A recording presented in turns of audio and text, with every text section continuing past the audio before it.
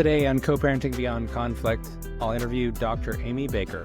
Dr. Baker is a developmental psychologist and parenting coach with expertise in parental alienation and psychological maltreatment. The author of 10 books and over 100 articles and a well-respected leader in her field, Dr. Baker brings a wealth of knowledge to today's conversation. Let's dive in. Hi, Amy. Welcome to the Coparenting Beyond Conflict podcast. Happy to see you. Nice to be here. I'm a big fan of your work. I love your book, Co-Parenting with a Toxic Ex, and it's been very helpful. I'm curious always about how people like yourself choose to get into the field of supporting people that are going through co-parenting challenges, parental alienation. How did you get into this line of work? Well, I have always, since I got my PhD in '89, conducted research on various aspects of parent-child relationships. That's always been my focus from even pre-doctoral level. And originally, I conducted a research study, like I've conducted many, many studies before and since, on parental alienation. At that time, it was just one of many areas of interest of mine. And what I found after I did that first study, and that's the study that led to my first book, Adult Children of Parental Alienation Syndrome, Breaking the Ties That Bind. What I found is that there was this hungry audience of people who really had ideas of future research I could do, or ways to apply the knowledge, or ways to help them, or ways that I should be imparting this knowledge to lawyers or therapists or whatever. I hadn't had that experience with any other research project I'd ever done. Typically, as a researcher, you do a study, you write it up, it goes on in a journal, it's on a shelf in a library for future researchers to maybe draw on and build upon. But this was an example where the consumers were parents themselves asking me to continue to stay in this field. So one thing just kind of led to another, and it's basically the topic that, took over my life. It's the thing I spend the most amount of time thinking about, worrying about, and being invested in. So I didn't plan it that way, but it's how it evolved. For our listeners who don't know what parental alienation is or what it looks like, can you give us a description? It's a family dynamic in which one parent engages in behaviors, we refer to them as alienating behaviors, that can foster a child's unjustified rejection of the other parent. So just to sort of elaborate, not all kids who reject a parent are alienated. Some kids who reject a parent are estranged, meaning that the parent they're rejecting has behaved in a way that it warrants the child's rejection. So if a parent molests a child, beats a child, abandons a child, it's possible that the child would reject that parent. Not all kids who have been abused actually reject the abusive parent, but if they did, we would refer to that child as estranged. We wouldn't say that that child's alienated. So embedded in the definition of alienation is unjustified rejection of the parent because of the efforts, conscious or otherwise, of the favored parent. The favored parent has to be doing something that causes the child to unjustifiably reject the other parent. And I say consciously or otherwise because we don't always know if the favored parent, the alienator, is doing it on purpose or not. And for identifying the child, you don't have to establish that the parent is doing it on purpose. You just have to establish this parent is engaging in many of the 17 primary parental alienation behaviors and fostering the child's unjustified rejection of the other parent. Yeah, and that brings up an interesting question in my mind, about the patterns of parental alienation. I know you said that you can't know whether or not someone is doing it intentionally, but oftentimes in my mind, I get worried, well, am I doing something like that as a co-parent? Am I alienating my child unknowingly? How can I become more aware to prevent that sort of thing happening? That's a beautiful question. I wish every parent asked that question because we could definitely steer parents in a better direction. There are 17 behaviors that research shows can foster a child's unjustified rejection of the other parent. This information is sort of out there. It's in some of my books because I'm the person who did the research that identified those 17 behaviors. But if you just Google 17 primary parental alienation strategies, I'm sure other people are listing. So any parent who wants to know if they're inadvertently alienating can consult that list and ask themselves, am I doing any of these things? And if so, is there a better way to respond to the child that doesn't involve those 17 behaviors? Do you find in your experience that it's often parents that perhaps have, narcissism or borderline tendencies that engage in these behaviors, or is it otherwise well-meaning parents that through whatever purposes end up doing it? I think some narcissists can be well-meaning. I'm going to have a two-part answer. On the one hand, yes, I think that many parents who engage in alienation do have personality disorders of the cluster B, what used to be referred to as cluster B, borderline narcissism, sociopathy. But I think that in this day and age, everybody thinks their ex is a narcissist or borderline. Every male client I have thinks their ex-wife is a borderline, every female client. So I think that at this point, we should just let go of that. It doesn't matter. People don't gain or lose custody because they have a personality disorder. Even though it's in the DSM, personality disorder is not the same as a mental illness. People think, well, if it's in the Diagnostic and Statistical Manual, it's this big bad thing and it's really horrible and means you're incompetent and you shouldn't have your kid. But that's actually not true. I think that even if you could establish that somebody's a narcissist, it doesn't mean that they're an alienator. It doesn't necessarily mean they're a bad parent. It doesn't mean that they should lose custody. So I say, let's just stay away from that whole thing. And when people are describing what the other parent is doing that's of concern to them, rather than saying, my ex-husband is a narcissist, they should say, my ex-husband is doing X, Y, and Z. That's a really good point, focusing on the behaviors. And I also then wonder, as a co-parent, I'm experiencing my kids having difficulty on exchange days. I'm wondering, what are some of the early warning signs that a parent might witness in their kids to know that there is some sort of parental alienation going on versus just standard kid stuff? I think the biggest is if you feel that your child doesn't trust you anymore, that you have their best interest at heart. Because part of what happens with alienation is that the other parent is trying to convince the child that your normative foibles, which all parents have, all parents hurt, frustrate, and disappoint their child at some point. Normally, in a non-alienation situation, the kid rolls with it, believes the parent has their best interest at heart, and says, well, maybe next time. In alienation situation, the kid is being taught to believe that those normative foibles are proof that the parent doesn't love them. So that's how you know alienation is going on. When your kid is unforgiving, lacking in compassion, and making assumptions about your bad intentions when you don't have bad intentions. It's not any one specific, oh, my child does this or my child does that. If you're talking about like getting it early, that's what I would say is the earliest sign. Yeah, and you'd mentioned also about situations of abuse and neglect, and that there are legitimate reasons for children to reject a parent. Can you distinguish for me what are some of the other ways that you might be able to distinguish parental alienation behaviors from those of legitimate rejection? You do have to rule out abuse or neglect. If a parent abused, neglected, or abandoned a child, alienation is off the table. Because we want to protect kids from abusive parents. We don't want abusive parents saying, oh, my kid's rejecting me, not because I beat them or molested them, but because the other parent, is turning them against me. We want to have a very clear child protection orientation. But I think what you're asking, absent abuse or neglect, what are some of the clearest signs in the child? Richard Gardner, who coined the term parental alienation syndrome in 1985, even though we don't call it a syndrome anymore, he's the person who identified the 8 behavioral manifestations of alienation in the child.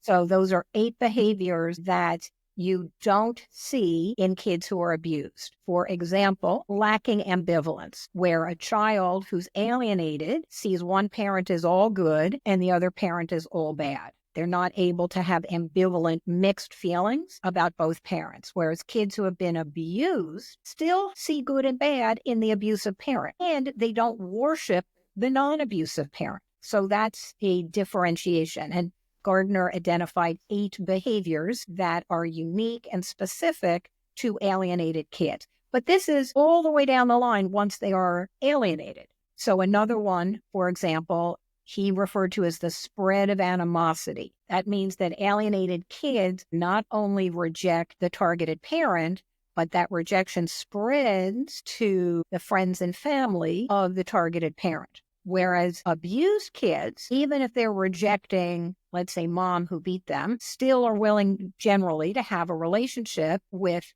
mom's family. So think about kids in foster care who are removed from home. A very high proportion of them are actually placed with relatives of the parent who abused them, and they don't have any problem with it. But alienated kids who have a problem with a parent also reject all of that parent's family. So, for example, many of my clients who are targeted parents talk about how heartbreaking it is that their kid is not just rejecting them, but the grandparents of the kid are heartbroken because they've lost a relationship, or the cousins, or the aunts and uncles. Everybody is cut off. And you don't see that in abused kids. You only see that in alienated kids. So that's what Gardner did, is he identified those 8 behaviors. Got it. Yeah, you are touching upon a topic I wanted to talk about, which is the extended family and the experience that they're going through in these parental alienation situations. And it sounds like the kids themselves are actually participating in the rejection of those family members. Yeah. Yeah. In many cases, the relatives of the rejected, targeted parent, they're in a very difficult situation because on the one hand, they're really angry at the kid for breaking the targeted parent's heart, right? Like if I'm a grandmother and I see my grandkids hurting my child, I want to have a relationship with my grandchild, but I'm kind of mad at them for breaking the heart of my own kid. But regardless of the desires of the relatives, the kids cut off all of those people generally. And at what age do you typically see this type of behavior? Certainly not in the very young ages. Yes. In general, it would be hard to alienate an infant or even a toddler. It's not impossible because you can create phobias in kids who are pretty young, and you can think of alienation as a kind of phobia. But young kids generally live in the moment and they kind of forget that they're supposed to hate daddy when they go to daddy's house, or, be mad at mom when they go to mom's house. But interestingly, there used to be this idea that once kids got to be a little bit older, certainly like young,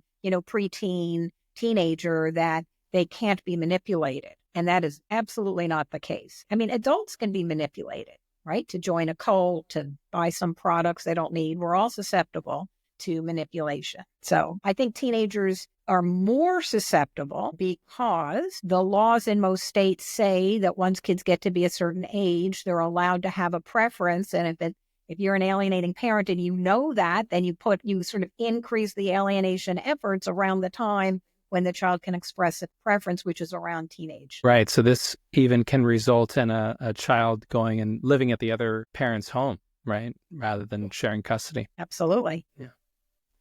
I wanted to return back to transition days. In your book, Co-Parenting with the Toxic Ex, you talk about some of the strategies for dealing with these high conflict situations. Do you have any practical tips for a co-parent experiencing this for exchange days besides having them at school? I guess I want to back up and say, because you've mentioned the title of my book twice, I have regrets about the title of that book. Oh. I don't really believe in calling people toxic. I think it's problematic and too black and white. And I also wouldn't want a child to see a parent reading a book called Co-Parenting with the Toxic Ex. So I tell people, hide that book. I think the content is good. I just don't like the title. That's fair. So I think that one thing that targeted parents face is showing up consistently, even if they're told, don't bother coming. Jimmy's not going to get in the car with you, even if it's an after school pickup. And then the parent feels discouraged and they don't show up. And then they're accused of voluntarily foregoing their parenting time. A lot of parents can be manipulated because they don't know the legal ramifications. So I definitely coach people, always, always, always show up, knock on the door or drive up to the school, whatever, and don't drive away. You have to make it so that the child is being taken away from you or not going with you. And then you go home and you text or email the other person, very polite. I'm just noting for the record that I went to the school to pick up Jimmy at 15 and you were there and he got in your car and you drove away, but this is my parenting time. You have to document it every single time because that's what can help you in court. And if you don't show up, I know situations where the parent says to the rejected parent, like, don't show up at the house at 10 a.m. for pickup because we're not going to be there. They don't show up. And then the parent tells the kid, oh, look, mom didn't even bother showing up. So you have to be savvy and always, always, always show up no matter what. And you want to balance that without being aggressive. So you should never show up and drag your kid into the car or even pick them up if they're screaming and crying. You have to find that balance so that you're not abandoning your child, but you also don't want to be viewed as traumatizing your child or abusing them by dragging them away. You show up and then you let the courts take it from there. Sometimes it feels like people throw around the term parental alienation when it isn't necessarily the case. I'm wondering if you could help us distinguish between what is a typical experience for a child who's transitioning versus one that might be experiencing alienating behaviors. I agree that you don't want to make the assumption that you see a behavior in your child and you don't want to infer that the other parent is doing something wrong. Unless your kid says, Mommy says that you're no good. Well, that's pretty good evidence that it's something the other parent is doing. But I have a lot of clients who will say to me, Amy, I know my ex is bad-mouthing me to my kids. And I'll say, well, how do you know? Well, what else could it be? My kids are mad at me all the time.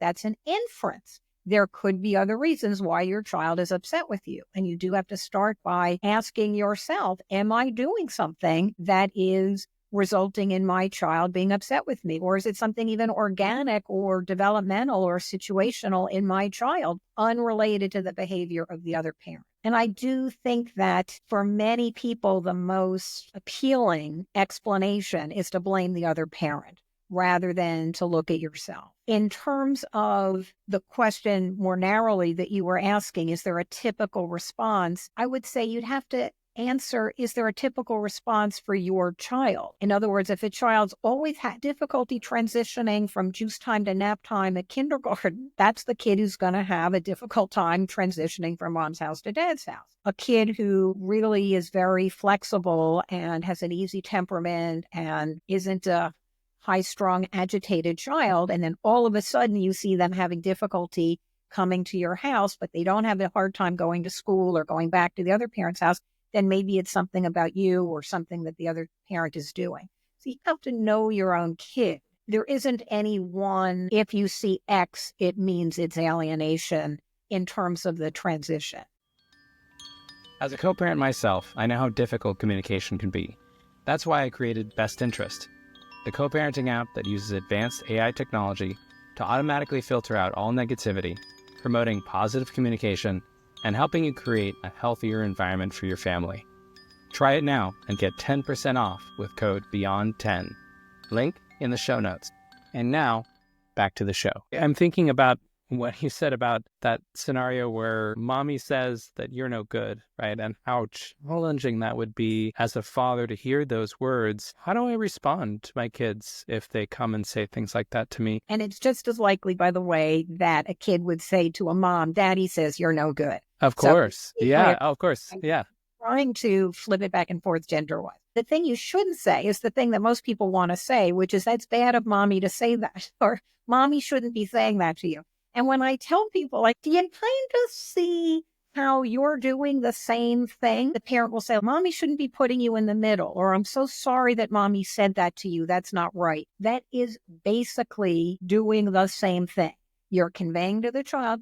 It's a little more nuanced, a little more subtle, but it's still telling the kid your other parent is doing something bad and wrong. So don't do that. I think what you could say is, well, what is a bad parent? What does that mean to think that a parent might be bad? Let's say the kid says, well, that means being mean. And I would then say to the kid, I would love it if you told me any time you think I'm being mean to you. I'd really want to know if I do something that feels mean. I want to be clear, that's not the same as saying, give me an example. When a kid says you're mean to me and you say, give me an example, what you mean when you say that to the kid is, I don't actually believe you can come up with an example, so I'm going to prove that you're wrong by asking you to give me an example. So I'm not saying that. I'm saying invite the child to tell you in the future. And you could even say a week later, hey, remember that conversation we had where you thought I might be mean? Has anything come up recently? Remember, I really want to know. Now you're creating in the child the awareness that you're not mean,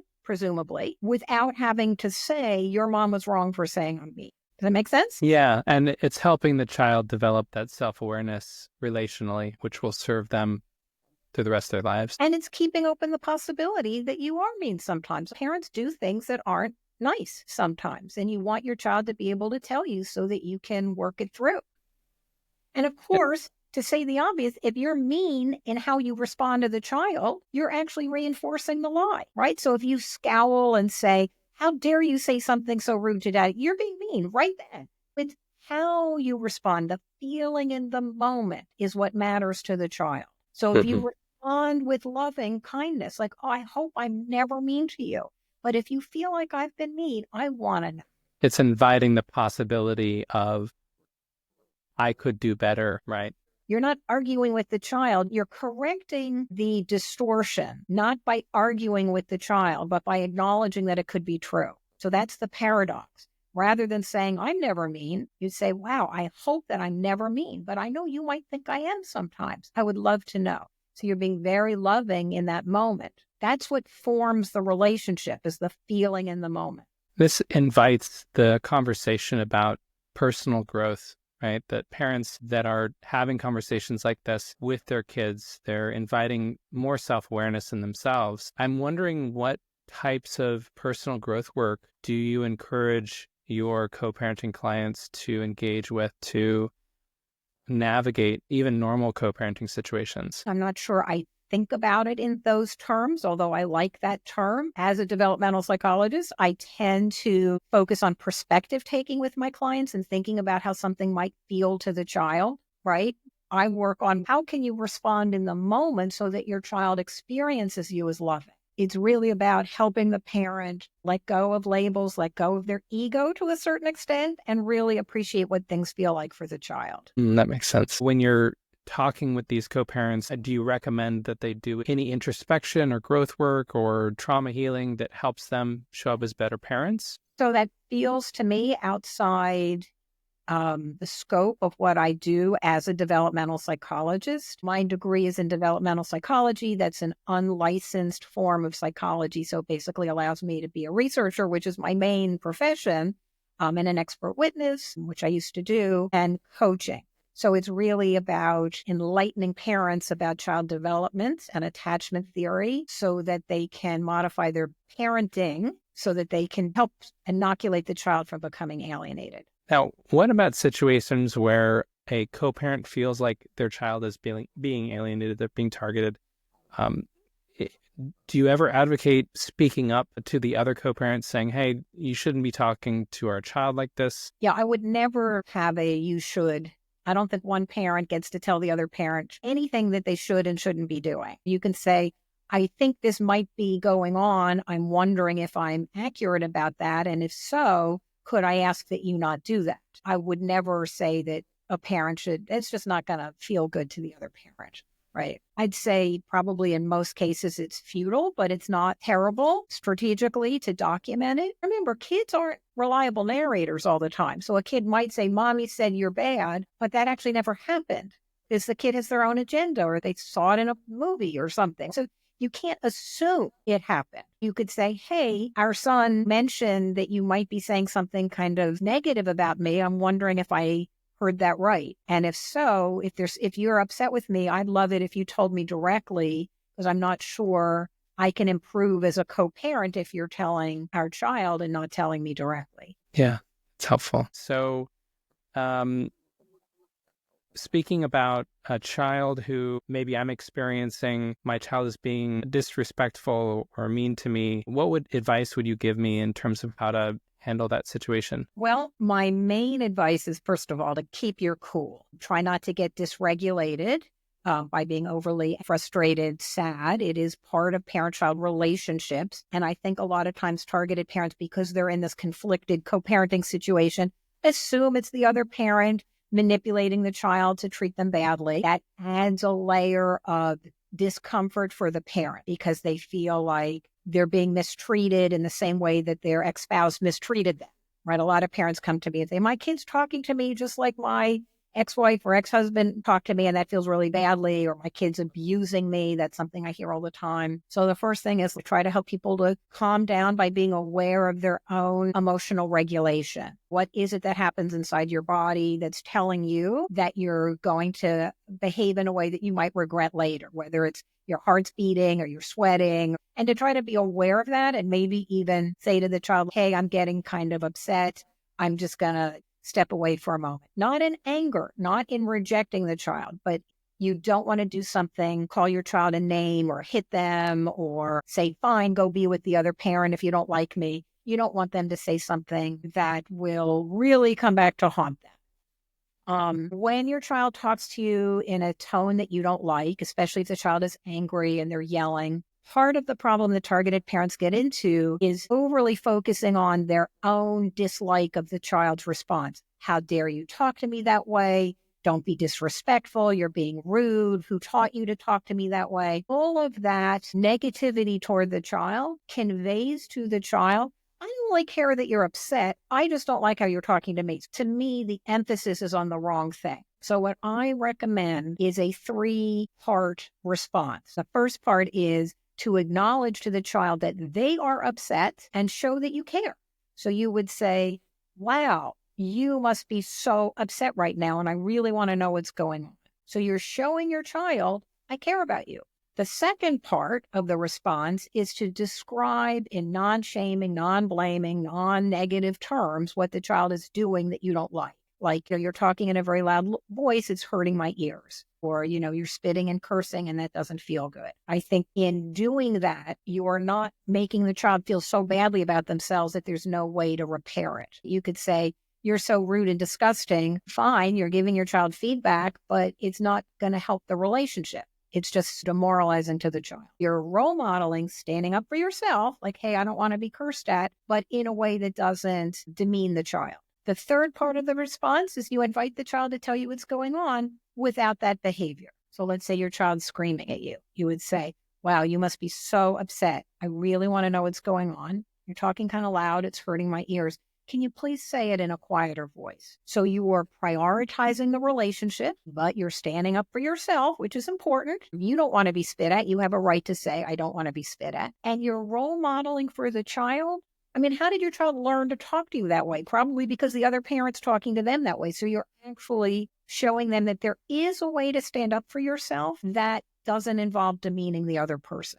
I like that a lot. I'm curious about parental alienation in general. Is there enough awareness about this problem with professionals in the field? Well, there's certainly more than there used to be. There's lots of people out there, on YouTube and, writing books. There's a couple problems with the field. One is sort of anybody can say they're an expert and you don't really know, if they're truly an expert or not. It's hard to kind of vet people. And I think there are some people out there claiming to be experts, taking advantage of targeted parents by promising that they have the solution. This worked for me when I was a child. This is what my parent did for me. So now I'm going to teach you how to get your child back. I'm not happy when people do that because they're overgeneralizing from their own personal experience. They're not necessarily trained professionals, but parents are desperate and they're going to pay for a service that promises to get their child back. And so that's one issue. The other is it's, not in the DSM per se. So there are people who say, oh, you can't bring it up in court because it's not a known diagnosis. And there's just a general cloud over the term. With a few exceptions, I think it's better to say, I think the other parent is interfering in my relationship with my child. I don't really think there's any extra bang for your buck in talking about it as parental alienation. And sometimes when you say parental alienation, the other person thinks you think you're perfect and you want to just blame everybody else for your problems. Or some people think, oh, that's that thing that Gardner thought of, but he's controversial, so it can't be true. There's so much baggage attached to the term. That with, again, 1 or 2 exceptions, which is rare at this point. It's better if you're going to court or talking to a custody evaluator or reunification therapist, anybody, you just say, I think the other parent is undermining and interfering. And that gets you what you need to convey without any extra baggage. And that goes back to your earlier point about focusing on the behaviors versus the labels, right? Yes. For any professionals that might be listening to this podcast that want to become better educated on how they can support their clients in these sorts of dynamics, do you have any recommended courses or trainings that they could look into? I offer case consultation. So that's one thing. And I really enjoy doing that because not only am I helping one client and their mental health professional, but that mental health professional then can use that information for other clients as relevant. So it's sort of moving up the food chain. I don't really know of anybody who's offering a course except for the main training organization for people involved in family court. But that organization, they're called AFCC. They primarily promote the hybrid model, which states that in most cases, when a child rejects a parent, it's both parents' fault. And that results in sort of maintaining the status quo. So I'm not thrilled with that training. I definitely think there are hybrid cases, but I don't ever want anybody to start with an idea that it's always one thing or the other, right? It would be like saying, oh, well, schizophrenia is rare. It's only 1% of the population. So I'm going to assume that everybody who has sort of wacky ideas couldn't possibly be schizophrenic. I think you want to treat each case, as a unique entity where you're open to whatever the cause is. So there's lots of trainings that they offer, but that basic message that it's usually both parents' fault, I don't think is a helpful message. Got it. Yeah, and this has been a very heavy topic, I imagine, especially for those that might be experiencing being a targeted parent. And I appreciate your willingness to share on our podcast some of your expertise. Before we close this interview, I thought that I could inquire about someone who's experiencing these very intense experiences right now.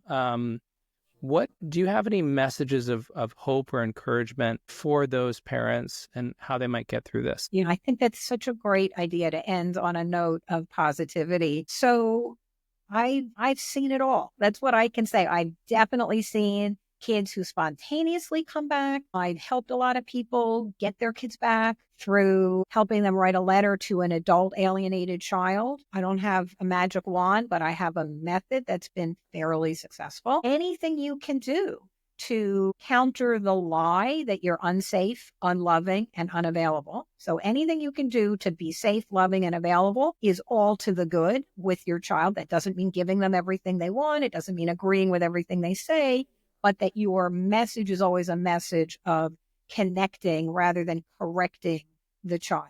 I think that there's a lot of reason to be hopeful because a lot of these kids do maintain relationships with parents, even though there's pressure from the other parent to forego that relationship. I'll tell one story. This is just one client. Every day she texted her child who was, let's say, in 12th grade when the alienation started. Can I pick you up a Jamba Juice? I'm going to Starbucks. And the kid was voting with their feet. She was with the dad. She was not going to come back. The kid was too old. The mom didn't have money. There was no way she was going to court. Every day she did something to stay connected to her child. The child goes to college. And within a week, she's, hey, mom, want to come visit? And there was no way you could have seen that coming. So it's having a strategy, maintaining hope, but not drowning in disappointment. That's the hardest thing for targeted parents is to keep reaching out, to keep texting, maintaining a belief that that's helpful, even though you don't see it necessarily. So the metaphor could be you plant a bulb in the winter and you water and you don't see anything under the ground. You don't see that tulip, but you keep watering, you keep nurturing, then it grows. In the spring, it blooms. Also, just facing that fear of rejection, right? In these situations, it must be so intense to keep on showing up for your kid and keep on feeling rejected. And not being angry at the child. Anger and resentment and reactivity on the one hand, you don't want to blame your child, they're victims, or just becoming so demoralized and depressed that you can't keep going. Anything the parents can do to maintain their resilience in the face of the rejection is what they need to be doing. Yeah, keep showing up with love and openness. And not drowning in disappointment. Every time you send a text, you can't think, I hope this is the time when my child responds to my text. It's, I've succeeded because I've sent the text. It's not a failure because your child doesn't respond. I know plenty of cases where the kids come back and say, oh, remember those letters you wrote? Remember those emails you sent? Then I never responded to, well, I was reading. Yeah, what I'm hearing in that is the message that things change and relationships shift. And so just keep on staying present and staying loving. And one day it may turn around. Right. And not being angry at your kid. Right. You chose that other parent for them. The kid didn't choose to be born with an alienating parent. Just to be mad at your child, I think, is to completely miss the point. If you believe in alienation, then you believe that your child's been manipulated. I give people an analogy. If your child was in a car accident or abducted by aliens and their brain was jiggered with in a way that made them think they hated you, you wouldn't be mad at your kid. You might be disappointed, you'd be sad, you'd be upset, but you wouldn't be angry. That's how I think of alienation. They did not ask for this. Well, thanks a lot for your time today, Dr. Baker. Is there anything else that you'd like to share before we close? My heart goes out to anybody dealing with this. Short of the death of a child, it's the most painful thing a parent could go through. Thanks for joining us on the Coparenting Beyond Conflict podcast. To support our show, please subscribe or leave a rating. Links for all books and resources mentioned on today's podcast appear in our show notes or on coparentingbeyondconflict.com. See you next time. The commentary and opinions available on this podcast are for informational and entertainment purposes only, and not for the purpose of providing legal or psychological advice. You should contact a licensed attorney, coach, or therapist in your state to obtain advice with respect to any particular issue or problem.